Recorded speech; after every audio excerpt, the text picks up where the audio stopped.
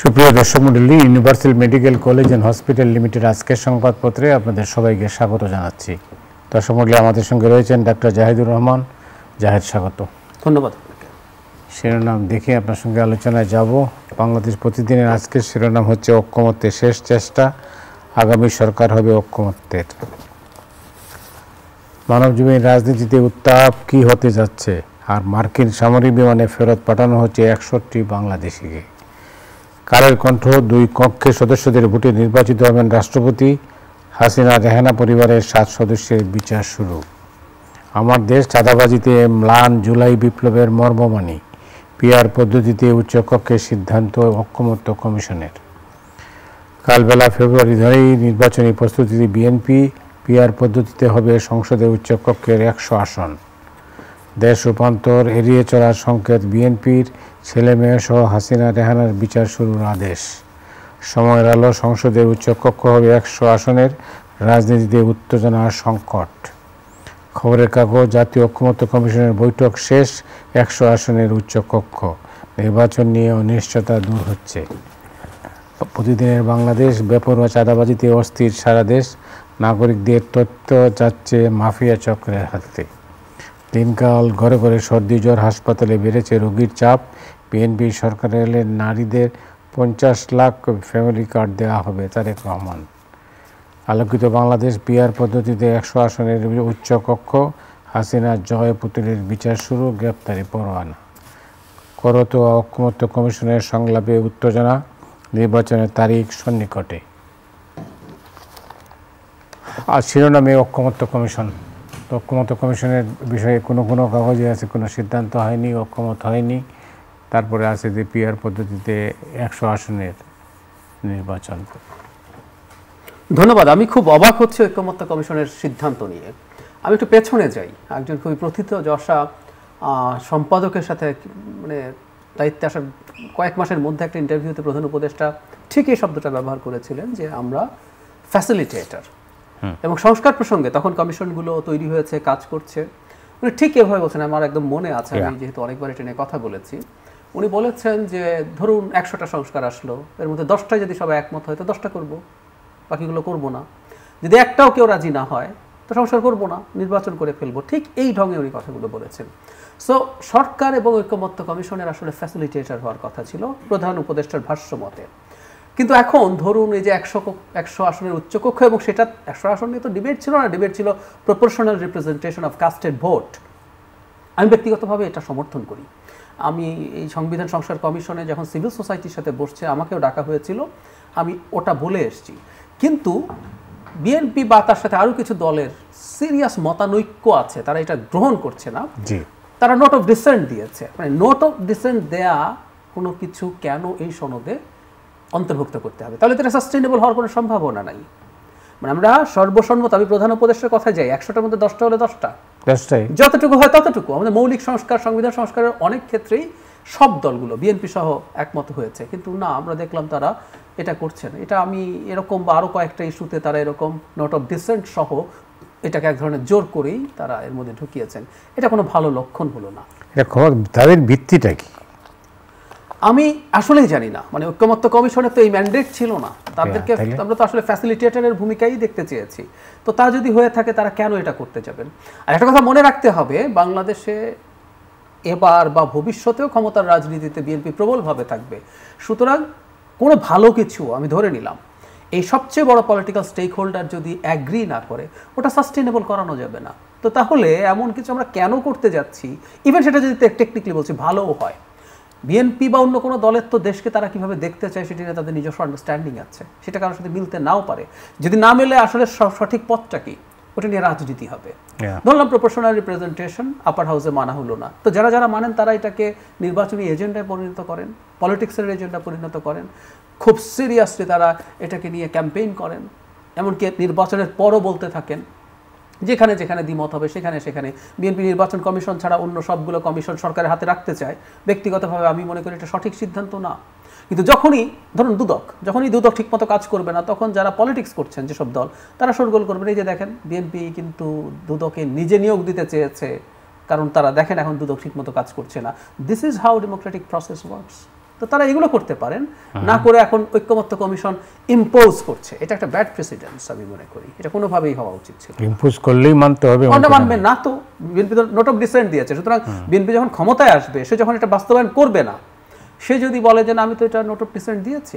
BNP তো honestly আলোচনা করেছে, আমি এই কথাটা অনেকবার বলছি। দেখুন, বিএনপি যেটা গ্রহণ করবে না সে কিন্তু এটা নিয়ে ফাইট করছে, তার বদনাম হলেও ফাইট করছে সত্যিকার অর্থে। এই আপার হাউসের যে লোয়ার হাউসের সিটের প্রপোর্শনে আপার হাউস বিএনপি করতে চায়, এটা করলে তো আসলে এটা লোয়ার হাউসের একটা এক্সটেনশন হয়ে যায়। সো এই সমালোচনাটা যৌক্তিক, এই সমালোচনার পরও কিন্তু বিএনপি এটা তার অবস্থানটা প্রকাশ করেছে। সুতরাং তার তো আর কোনো দায় থাকলো না, সে জাতির সামনে এটা কমিটমেন্ট করে নাই। না, এটা একটা হিস্টোরিক্যাল দলিল, এইভাবে আপনার নোট অফ ডিসেন্ট দিয়ে থাকলে তো খুবই জরুরি কথা, একটা হিস্ট্রিক্যাল দলিল, অসাধারণ বলেছেন আপনি। এই দলিলটাকে আমরা নোট অফ ডিসেন্ট দিয়ে এরকম জোড়াতালি দিয়ে, মানে আমাকে ওগুলো লিখতেই হবে, ওগুলো রাখতেই হবে, সেই জায়গায় যাব। এটা বিএনপি না, কোনো কোনো মেজর ইস্যুতে যদি কোনো মেজর রাজনৈতিক দলও নোট অফ ডিসেন্ট দিত, সেটাও নেওয়ার পক্ষে আমি ছিলাম না। ধরুন জামায়াতে ইসলামী কোনো একটা ইস্যুতে সিরিয়াস আপত্তি দিচ্ছে, নোট অফ ডিসেন্ট দিচ্ছে, জামাতকে আমাদের এখন কগনিজেন্সে নিতে হবে। তো এরকমভাবে আমাদের এই ব্যাপারগুলো খেয়াল করা দরকার ছিল, এবং খুবই খুবই অসুন্দর হলো। আর এই অবস্থায় রেখে ঐক্যমত্য কমিশন তাদের শেষ বৈঠকে শেষ চেষ্টা না করেও এটা যদি লিপিবদ্ধ থাকে, তাহলে ভবিষ্যতে তো একটা সংকট তৈরি হবে। নিশ্চয়ই, ওই যে বললাম, উচিত ছিল তাদের শেষ বৈঠকে সর্বোচ্চ যতটুকু সম্ভব সেটা নিয়ে করা। মানে আমি ধারণা করি কি, এখন এই যে ঘুরে ফিরে, এটা শুনতে হয়তো খারাপ শোনাবে, কিন্তু আমি সরাসরি যদি বলি, যেমন ধরো এনসিপি যা যা চায়, এনসিপির চাহিদাগুলো ঘটনাচক্রে বিভিন্ন কমিশন থেকে, বিশেষ করে সংবিধান সংস্কার কমিশন থেকে সাজেস্টেড হয়েছে, সেগুলো আবার ঐক্যমত্য কমিশনে আছে, এবং এনসিপি বলেছে কতগুলো মৌলিক সংস্কার তাদের ভাষায়, সেগুলো যদি না করা হয় তাহলে তারা স্বাক্ষরই করবেন। আমি জানি না এখন এনসিপির স্বাক্ষর নিশ্চিত করার জন্য তারা এগুলোর মধ্যে রেখেছেন কিনা, কিন্তু এইভাবে রেখে তো আসলে লাভ নেই। আবারও বলছি, বিএনপির মতো একটা বড় স্টেক হোল্ডার যদি এটা অ্যাগ্রি না করে, এটা সাস্টেইনেবল কিছু হবে না। সংকট হয়তো মেজর কিছু না, এটা টিকবে না, এই হচ্ছে মূল বিষয় আর কি। আমার দেশের শিরোনাম হচ্ছে চাঁদাবাজিতে ম্লান জুলাই বিপ্লবের মর্মবাণী। খুবই সত্য কথা। তারপরে এই একটা শব্দ যখন দেখি প্রত্যেকবার প্রতিবাদ করি, এটা বিপ্লব ছিল না, এটা গণ অভ্যুত্থান ছিল, স্পন্টেনিয়াস গণ অভ্যুত্থান ছিল। যাই হোক, ম্লান শুধু চাঁদাবাজিতে এভাবে বলবো না। একটা চাঁদাবাজির ঘটনা আমাদের সামনে এসছে, মানে এত কম বয়স্ক তরুণ, মানে তার বাড়িতে 2.25 কোটি টাকার চেক, এবং সেই চেকটা কেউ দিয়েছে তা না, এটা যে ঘটনা আমাদের সামনে আসলো, তারা গিয়ে একটা ত্রাস সৃষ্টি করেছিল ওই অফিসে, ওখানে বাধ্য করেছেন চেক লিখে দিতে, মানে অকল্পনীয় রকম সন্ত্রাস। আচ্ছা, সেটার চাইতে এখন জরুরি কথা হচ্ছে, যে কারণে আমি আমার দেশের এই হেডলাইনটাকে সিগনিফিক্যান্ট মনে করি, এই ঘটনার পরপরই অলমোস্ট উমামা ফাতেমা, খুবই গুরুত্বপূর্ণ আমাদের চেনা একজন সমন্বয়ক, একটা ফেসবুক লাইভ করেছেন দীর্ঘ। সেখানে তিনি যেটা বোঝাচ্ছেন এটা ভয়ঙ্কর, এটা সিস্টেম্যাটিক, এটা ওয়াইড স্প্রেড। মানে আমরা এগুলো জানতাম আসলে, আমরা যেহেতু আমাদের সাথে পরিচিত লোকজন আছে, রাজনীতির খোঁজ খবর রাখার চেষ্টা করি, আপনি বহুদিন ধরে সাংবাদিকতা করেন, বহুদিন ধরে আপনি সম্পাদক, আপনিও খোঁজ খবর রেখেছেন নিশ্চয়ই, আমরা অনেকেই জানতাম। কিন্তু উমামা ফাতেমা ভেতর থেকে বলছেন, এবং এর মধ্যে একটা খুবই ভয়ঙ্কর অভিযোগ ছিল, ওই সংগঠনটা পরিচালিত হতো হেয়ার রোড থেকে। মানে ইন্ডিকেশন হচ্ছে 3 জন ছাত্র উপদেষ্টা, তখন 3 জন, এখন 2 জন, তাদের হাত দিয়ে। তার মানে ব্যাপারটা এরকম দাঁড়ায় টেকনিক্যালি, যে এই ব্যাপার সবগুলোর সাথে ওই উপদেষ্টাদেরও প্রশ্রয় আছে অ্যাটলিস্ট, নাহলে এই ঘটনা এতগুলো ঘটলো, কি ব্যবস্থা নেওয়া হতো। এরপর আমি যোগ করে আরও ভয়ঙ্কর ব্যাপার, উনি আরও একটা দায়িত্বশীল পদে আছেন, যেটা মাহফুজ আলম। তার ভাইয়ের বিরুদ্ধে একটা অভিযোগের জবাব দিতে গিয়ে একটা ফেসবুক স্ট্যাটাস দেন, সেখানে একটা জায়গায় তিনি লেখেন একটা নতুন দলের রথী মহারথীরা এর সাথে জড়িত, এবং বলছেন একটা সার্কেলের প্রায় সবাই যখন দুর্নীতিতে জড়িত, তখন আরেকজন টাকা ধরছেন না, তাকে ইন্ডিকেট করছেন, এটা ভাল লাগছে না। অদ্ভুত ব্যাপার হচ্ছে, উনি এরপর এই স্ট্যাটাসটা এডিট করেছেন, নতুন দলের জায়গায় তিনি বিভিন্ন দলের কথা লিখেছেন, কিন্তু এর মধ্যে এটা মানুষের কাছে চলে গেছে, স্ক্রিনশট তুলে ফেলেছেন, সবাই জানতেন। তো উনি অভিযোগ করছেন, আমরা এখন খোলাখুলি যদি বলি, নতুন দল এই মুহূর্তে প্রভাব বিস্তারকারী নতুন দল এনসিপি, উনি সরাসরি তার সৌহার্দ মানে সতীর্থদের বিরুদ্ধে, একই সার্কেল, তার সার্কেলের কথা বলছেন। তার সার্কেল কোনটা আমরা জানি, তারা সবাইকে, বিরাট একটা অংশকে তিনি অভিযুক্ত করছেন। সুতরাং এগুলোর আসলে আর কিছু বাকি নেই।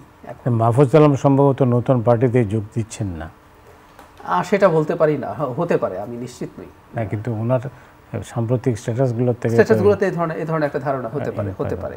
তো ফলে যেটা দাঁড়ালো, জাতির সামনে যখন এই তথ্যগুলো আসে, মানে আমি প্রায় একটা কথা বলছি, আমি যে খুব বেশি মনে করেছি তারা একেবারেই কোনো করাপশনে জড়িত হবেন না, এটা আমি মনে করি না। আমি দীর্ঘদিন আমার মানে এই অগাস্ট মাসে অগাস্ট বা সেপ্টেম্বরে যখন তারা বিভিন্ন রকম অযাচিত অন্যায় কাজ করছিলেন, বিভিন্ন জায়গায় মব তৈরি করছিলেন, তখন ফিনান্সিয়াল করাপশনের কথা এতটা আসছিল না। তখন আমাদের মুক্তিযুদ্ধ ফেরত একটা অংশ মুক্তিযোদ্ধা, মানে মুক্তিযুদ্ধ করা, এই 24-এর গণ অভ্যুত্থানকে আমি ছোট না করেও বলছি, মুক্তিযুদ্ধ করা তার চেয়ে অনেক বড় কাজ। একজন মুক্তিযোদ্ধা বন্দুক হাতে পাকিস্তান মিলিটারির বিরুদ্ধে, ট্রেন মিলিটারির বিরুদ্ধে যুদ্ধে নেমেছে।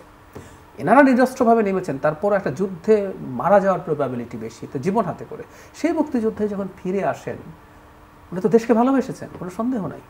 যখন ফিরে আসলেন তাদের একটা অংশ লুটতরাজ, দখলদারি এসবে জড়িত হয়ে পড়েছিলেন। পাকিস্তানের পরিত্যক্ত বাড়ি দখল করা হয়েছে। আমার স্পষ্ট মনে আছে 1971 সনের মুক্তিযুদ্ধের পরে আমরা যখন প্রফেশনে আসলাম, তখন কিন্তু সারা দেশে ঠিক এরকম একটা পরিস্থিতি তৈরি হয়েছিল। তো এই প্রেক্ষাপটেই কিন্তু খান আতাউর রহমান তিনি কিন্তু একটা ছবি তৈরি করেছিলেন, তোরা মানুষ, তো সেই ছবিটার কথা আজকাল অনেকে বলছেন। সেই পরিস্থিতি চলে এসছে। সেজন্য আমি বলছি, আমাদের যেহেতু এত পুরনো সময়েও এরকম অভিজ্ঞতা আছে। আরেকটা কথা, আপনার নিশ্চয়ই মনে আছে আমাদের জন্ম এর আরও পরেই, তো আমাদের এগুলো মানে জানা থাকার কারণে জেনেছি আর কি, পড়ে আপনারা এক্সপিরিয়েন্স করেছেন। ওই সময়কার সমাজ কিন্তু এত করাপ্ট ছিল না, মানুষ অনেক ভালো ছিল। সেই সমাজেই এগুলো হয়েছে, সেই সমাজ থেকে বেরিয়ে আসা ছেলেরাই এসব করেছে। আর এখনকার সমাজ তো আপাদমস্তক দুর্নীতিগ্রস্ত সমাজ হবে। সমাজ কেন বলছি, আমাদের সমাজে এখন একটা সরকারি চাকরি করলো, মুহূর্তে টাকা পয়সা আর্ন করলো, কেউ জিজ্ঞেস করছে না। পলিটিক্স করে, যার কোনো ভ্যালিড সোর্স অফ ইনকাম নেই, সে বিরাট টাকার মালিক, বিরাট ফ্ল্যাট, বিরাট বাড়ি, বিরাট গাড়ি চালাচ্ছে, আমরা প্রশ্ন করি না। তো সেই সমাজ থেকে যে তরুণরা এসছে, তাদের দুর্নীতিতে এরকম জড়িয়ে পড়া সম্ভাবনা অনেক বেশি, তাই ঘটেছে। আমার মনে হয় তাই। একাধিক কাগজে যে এই পড়ুয়া চাঁদাবাজিতে অস্থির সারা দেশ, এটা কিন্তু এই অস্থিরতা আমরা লক্ষ্য করতেছি। ট্রু, এটা আবার বিশেষ করে সারা দেশের গ্রাসরুটে আবার চাঁদাবাজির সাথে বিএনপির লোয়ার টায়ারের যেসব কর্মী আছে তারা বেশি জড়িত। এবং এখন একটা জিনিস হচ্ছে, সেটা হচ্ছে খুবই বিশৃঙ্খল পরিস্থিতি, হাইব্রিডও আছে এবং বিশৃঙ্খল পরিস্থিতিতে আছে। মানে এখন বিএনপির নেতৃত্ব কোন জায়গায়, একটা এলাকার কথা বলছি, অনেক রকম নেতৃত্ব। কারণ এখন নেতৃত্বের স্ট্রাকচারটা হয়তো কাগজে কলমে দলের পদ আছে, কিন্তু যেটা হয় এমপি হলে একটা এমপির এক ধরনের জায়গা, একটা চেয়ারম্যান হলে তার এক ধরনের প্রভাব, এগুলো নেই। ফলে পরস্পরের মধ্যে ভীষণ রকম সংঘাত, এবং এটা করতে করতে আসলে মানুষের উপরে চাঁদাবাজির চাপও অনেক বেশি পড়ছে। এবং বিএনপি যেহেতু এখন মুহূর্তে নির্বাহী ক্ষমতা নেই, সে পেরে উঠছে না। কিন্তু আমরা পাল্টা একটা প্রশ্ন খুব সিরিয়াসলি করতে চাই, এ ব্যাপারে চাঁদাবাজি কেন হবে? চাঁদাবাজি ঠেকানোর দায় কিন্তু বিএনপির না, টেকনিক্যালি বলছি। বিএনপি যদি বলে আমার লোকজন চাঁদাবাজি করবে, কথার কথা, আমরা সরকার রেখেছি কেন? আমরা সরকার পুষি কেন? টাকা দিয়ে পুষি। কোনোদিন পুলিশের বেতন বন্ধ ছিল? পুলিশের বোনাস বন্ধ ছিল? এখন আবার বেতন বাড়ানোর জন্য পে কমিশন করা হচ্ছে। ওয়াই? সো ওনারা যদি আমাদেরকে সার্ভ না করেন, ওনারা আমরা রাখছি কেন তাহলে? সুতরাং সবচেয়ে আগে প্রশ্ন হচ্ছে সরকার, এবং সরকারকে আন্তরিক পাল্টা প্রশ্ন, এসব ঠেকানোর দায়িত্ব যে মন্ত্রণালয়, সেই উপদেষ্টাকে নিয়ে দীর্ঘদিন সমালোচনা চলছে। লিস্ট একটু পরিবর্তন করে কি সরকার দেখলো যে ঠিক আছে আমি অন্য কাউকে দায়িত্ব দিই এই ক্যাবিনেটের, অথবা বাইরে থেকে এনে, যে কিছু হয় কিনা? কিছুই না। তার মানে তো একটা নতুন কনস্পিরেসি থিওরি আছে বা অল্টারনেটিভ থিওরি আছে এরকম, যে সরকার ইচ্ছা করে এটা হতে দিতে চাইছে, বা সরকার একটা অংশ বিএনপি অজনপ্রিয় হয়ে যাক। তাদের লাভ কি?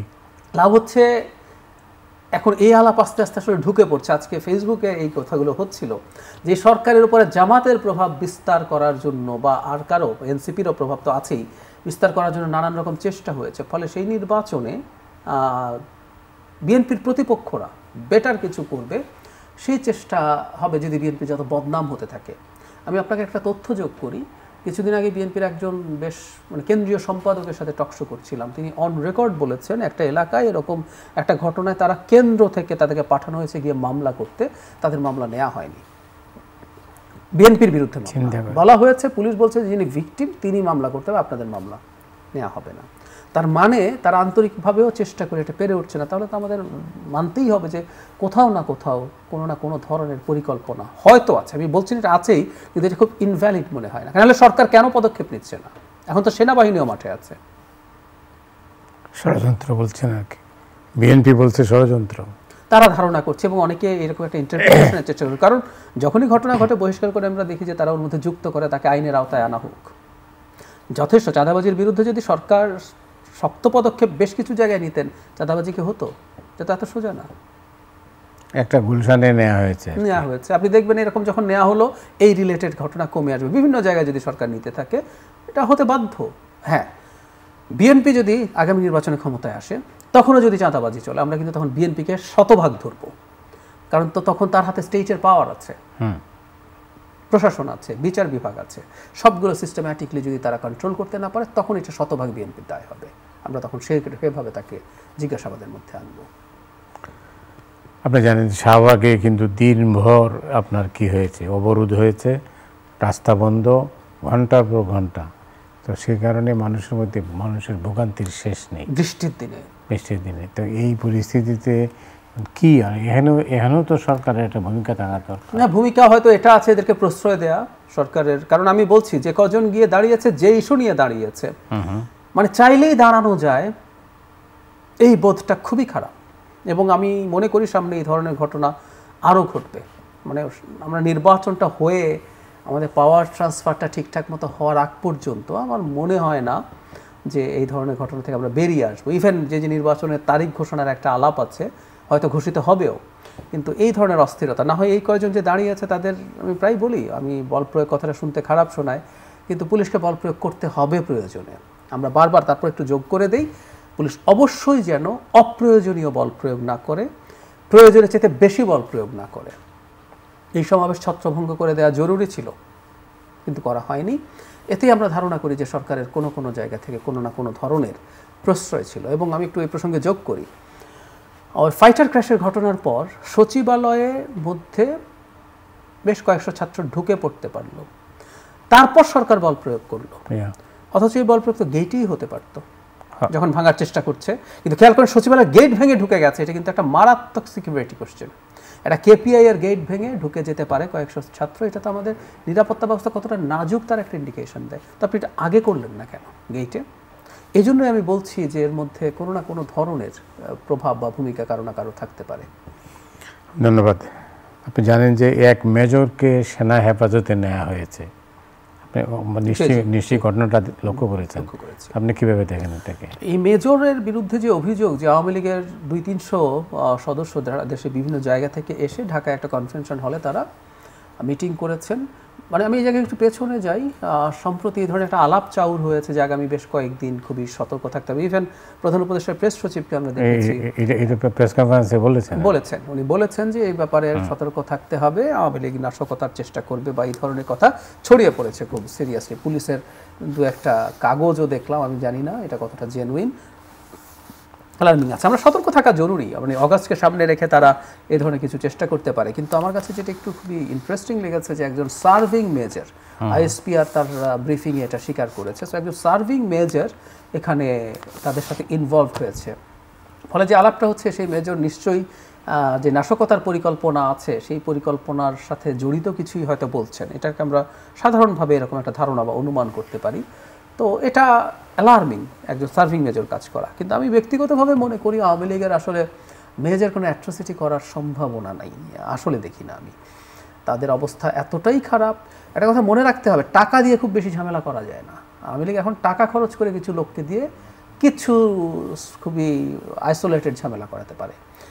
সত্যিকার অর্থে যদি মাঠে নামতে হয়, যেমন এখানে দেখলাম তাদের পরিকল্পনা ছিল শাহবাগ এসে ব্লক করে পরিস্থিতি তৈরি করবে যে শেখ হাসিনা ফেরত আসবে। No way. শেখ হাসিনার বিরুদ্ধে আমরা দাঁড়াতে পারলাম কেন? কেউ আমাদেরকে টাকা দিয়ে নামিয়েছে? নোবডি। যে প্যাশন ইমোশন লাগে। এবং শেখ হাসিনার লোকজন পরাজিত হলো কেন?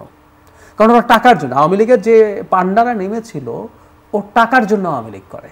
ওটা করলে সে মাস্তানি পান্ডামি করে, চাঁদাবাজি করে, টেন্ডারবাজি করে টাকা ইনকাম করে। কিন্তু আমাদের মানুষজন জাস্ট তার ইমোশন থেকে, তার প্যাশন থেকে নেমেছে। সো আওয়ামী লীগ ওই রকম কোনো সদস্য আর অবশিষ্ট আছে যে সে নামবে আওয়ামী লীগ শেখ হাসিনাকে ফিরিয়ে আনার জন্য, আমি একদমই মনে করি না। অন্তত নিয়ার ফিউচারে সেটা হতে পারে না। সেই জন্য আমি এটাকে খুব গুরুত্ব দিই না। কিন্তু আমি সরকারের দিক থেকে দেখি সামহাও এটাকে একটু এক্সাজারেট করার প্রবণতা। যেমন প্রেস কনফারেন্সে প্রেস সচিব বলছেন আগামী 5-6 দিন খুবই ক্রুশিয়াল।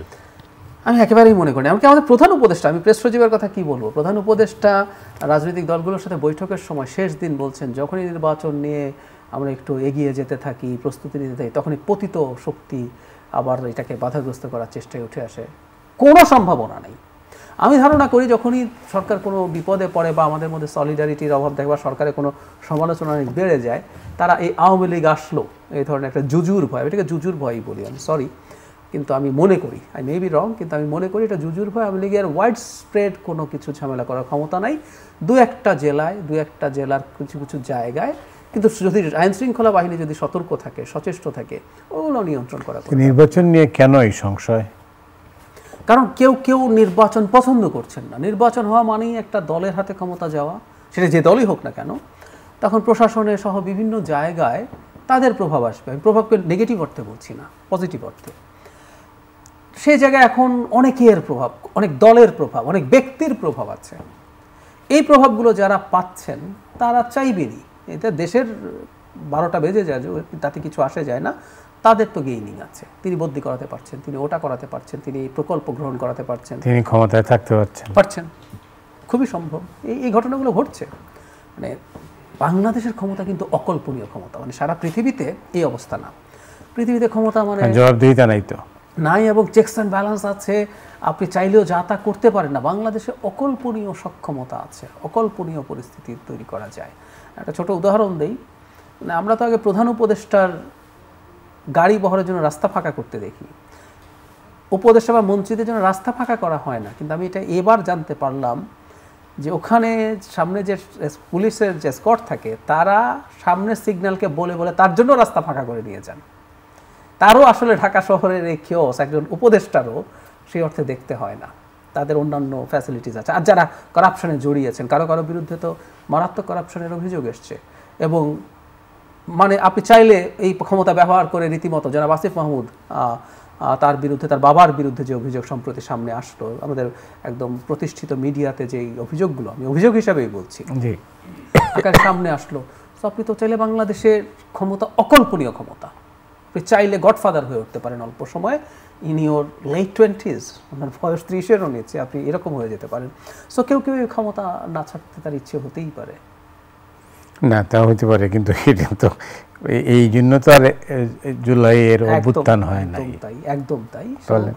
আমার মানে বক্তব্য হচ্ছে আমরা এই জায়গাগুলো থেকে বেরিয়ে আসতে সময় লাগবে। মানে শেখ হাসিনার সময় আমরা শেখ হাসিনার বিরুদ্ধে ফাইট করেছি, কিন্তু আমরা অনেকে আবার চিন্তা করেছি আসলে ওই জায়গাটা যদি আমি যেতে পারতাম তাহলে আমি এইরকম পাওয়ার পেতে পারতাম। এটা হয়, সো সিস্টেমগুলো আমাদেরকে এই ধরনের করে ফেলার প্রবণতা থাকে। আর আমি সাথে যোগ করব, এটা লাস্ট কথা, সেটা হলো আমাদের প্রধান উপদেষ্টাকে আমরা যথেষ্ট কঠোর দেখি না এই ধরনের সিচুয়েশনগুলোতে। তিনি যদি আরও বেশ কঠোর হতেন, এই জিনিসগুলো সম্ভবত আরও বেটার ডিল করা যেতে পারত। মানে এই জিনিসগুলো উনি কতগুলো বেঞ্চমার্ক তৈরি করতে পারতেন যে সরকারের থেকে এগুলো করা যাবে না, মুহূর্তেই করা যাবে না, কিন্তু সেগুলো তো হয়নি। যেমন ধরুন আসিফ মাহমুদ সজীব ভুঁইয়ার বাবার বিরুদ্ধে যে অভিযোগগুলো এসছে, আমি বলছি না তিনি এগুলোর মধ্যে জড়িত, কাগজে কলম। যদি আমরা ভিডিও দেখেছি যে শিক্ষিকাকে টর্চারের কথা আছে, উনি সেখানে মবের নেতৃত্ব দিয়েছেন, যেখানে ছিলেন, এবং কি অকথ্য নির্যাতন করা হয়েছে, মামলা করা যায়নি। তাকে তো এই মামলা নিয়ে তাকে গ্রেফতার করা যেতে পারত, বা মামলাটা চলতে দেওয়া যেতে পারত, তাকে জিজ্ঞাসাবাদ করা যেতে পারত। 3 খুনের সাথে যেভাবে তাকে ইনভলভ করা দেখানো হয়েছে, এরকম হতে পারতো। আমি বলছি না, আবারও আমি বলছি না কাউকে জিজ্ঞাসাবাদ করা, মামলাতে গ্রেফতার করা বা জিজ্ঞাসা করা মানে তিনি অপরাধী, কিন্তু এগুলো তো কিছুই হয়নি। যেন আসিফ মাহমুদ সজীব ভুঁইয়ার এপিএস বিরাট আর্থিক কেলেঙ্কারির জন্য চাকরিচ্যুত হলেন, দুদকের অনুসন্ধানে আছেন, দুদকের অনুসন্ধানের আওতা তো মন্ত্রী পর্যন্ত যাওয়া উচিত ছিল। এপিএসের পাওয়ার তো আসলে মন্ত্রীর কাছ থেকে আসে। আবারও বলছি, জনাব সজীব ভুঁইয়া এটা করেছেন তা বলছি না, কিন্তু তদন্তটা তো হতে পারতো, কিন্তু আমরা কিছুই দেখি না আসলে। আরও কত কিছু শুনছি। যাই হোক, অনেক অনেক ধন্যবাদ আপনাকে। দর্শক মণ্ডলী, আজ রাত্রের মধ্যে এখানে বিদায় নিচ্ছি। আগামীকাল আবার দেখা হবে। শুভরাত্রি।